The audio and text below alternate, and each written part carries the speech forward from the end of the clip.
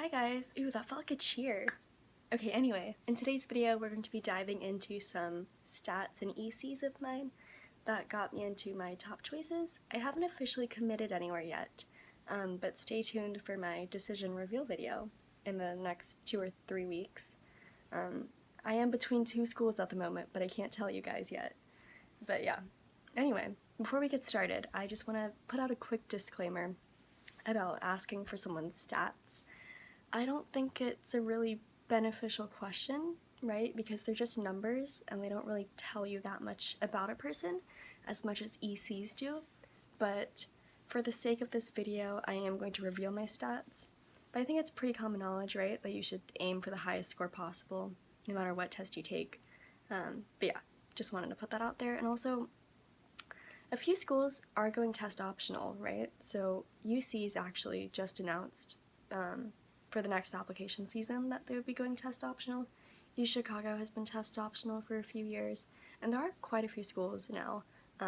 But in terms of next year, I would predict that more schools will go test optional, just because like IB exams were canceled, AP exams are a completely different format, so I feel like colleges aren't going to put as much weight on them for the next application season. They're supposed to. Alright, so I'm just going to provide some quick background about my school for context. So I go to a fairly medium-sized public school, around 400 people in my graduating class. Well, it started off with 400, now it's like 380, so I'm guessing those people moved or dropped out, I don't really know. Our school does have a STEM program, which I'm in, but other than a few specific STEM classes, freshman and sophomore year, where everyone in our class is also in the STEM program, for the most part, in the rest of our other classes, we're mixed pretty well with non-STEM students. And yeah, I would say curriculum-wise, our school is pretty rigorous, but we're not that competitive against each other within a class. We're pretty collaborative and friendly, I would say, which is great. And in terms of APs that our school offers, we offer quite a few actually. I ended up taking 14 APs, which is a decent load. Freshman year I took 1, sophomore year I took 3, junior year and senior year I took 5. I procrastinated a lot, and so most of my stress was self-induced, not necessarily a product of my school's curriculum.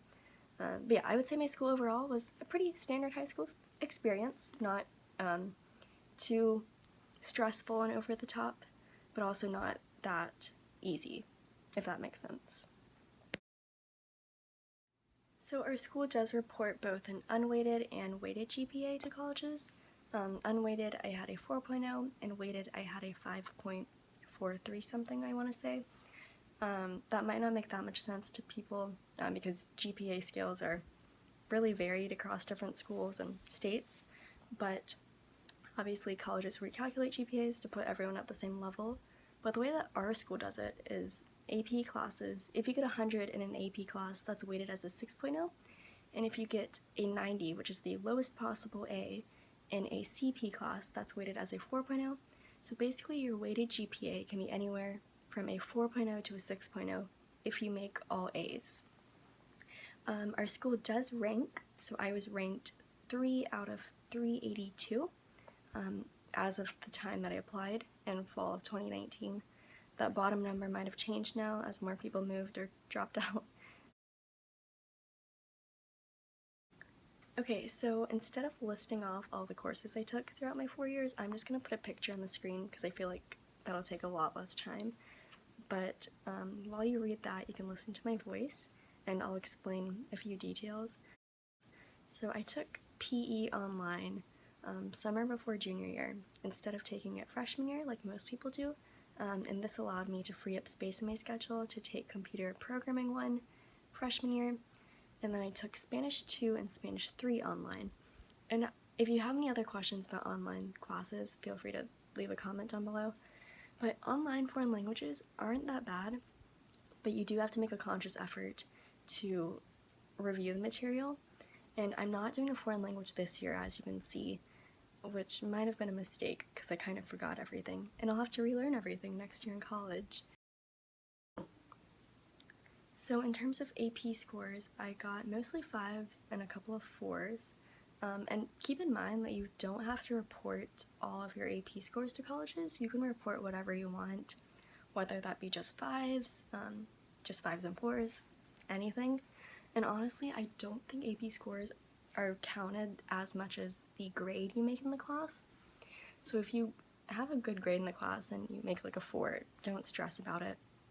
And like this year with AP exams being in a completely different format, I don't think colleges are going to penalize students too much if they do worse than normal. But yeah, definitely still try this year on your AP exams. Alright, so now on to the more fun stuff, I guess, test scores. So just before I get into those, you do not need to take the essay on the SAT or the ACT. I did not. I only took the ACT with the essay because my school offered it for free and because I was applying to UCs. But now UCs are test optional, so it doesn't matter. Yeah, so I took the SAT for the first time in my junior year in August, and I got a 1530.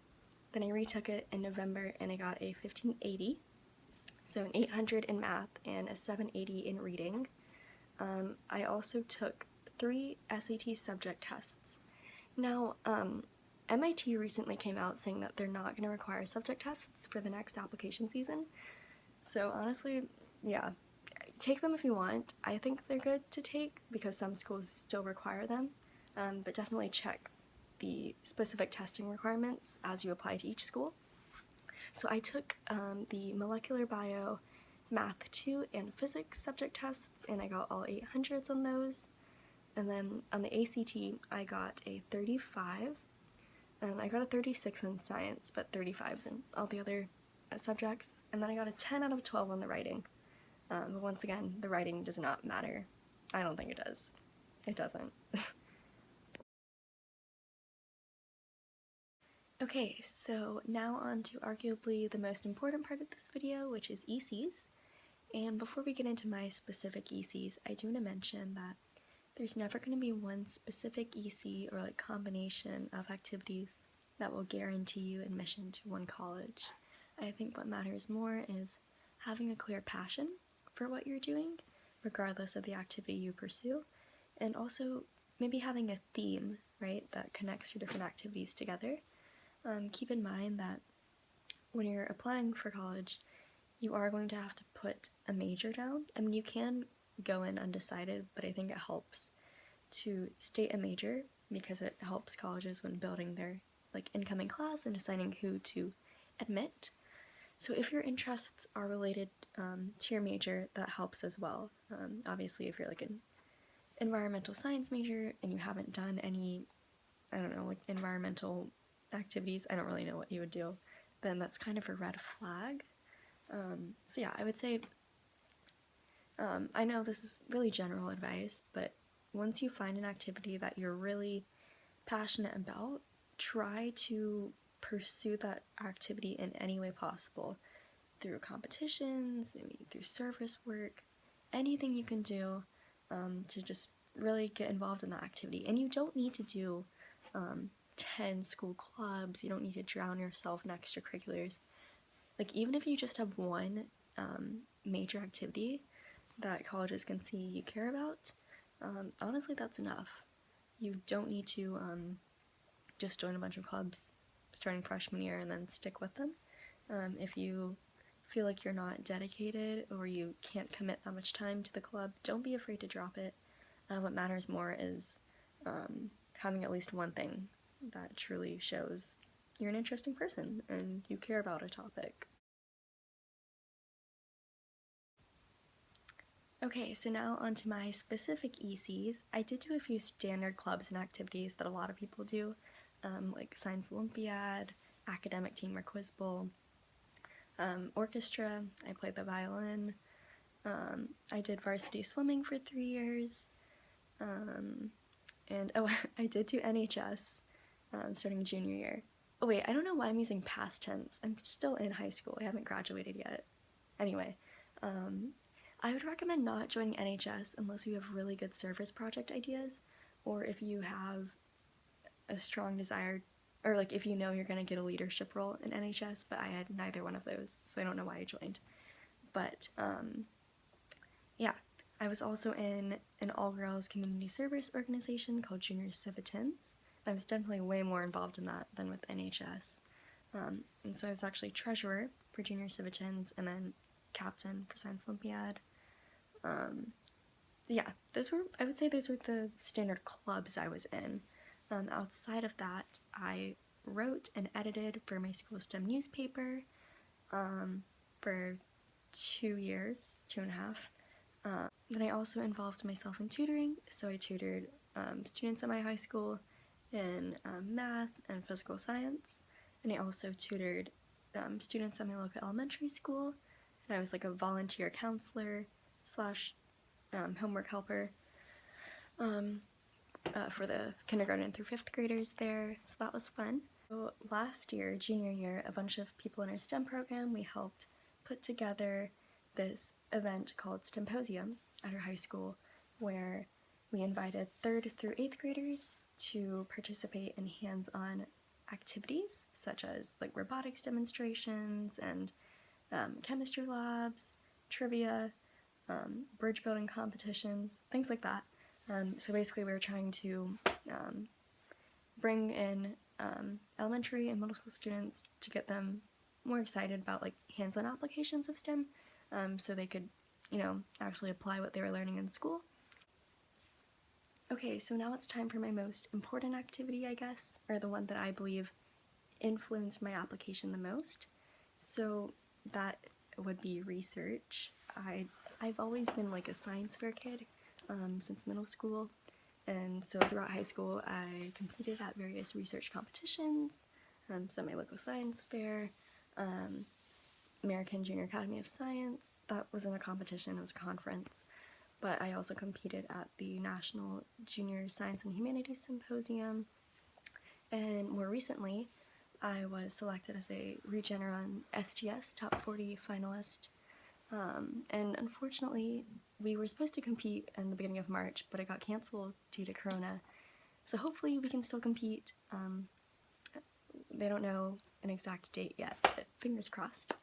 So most of the research that I submitted to these competitions was on the more like physical science side, but I also did neuroscience research the past 2 summers on the amygdala and on brain oscillations, which was so cool, and I did that at my local medical school with a faculty member.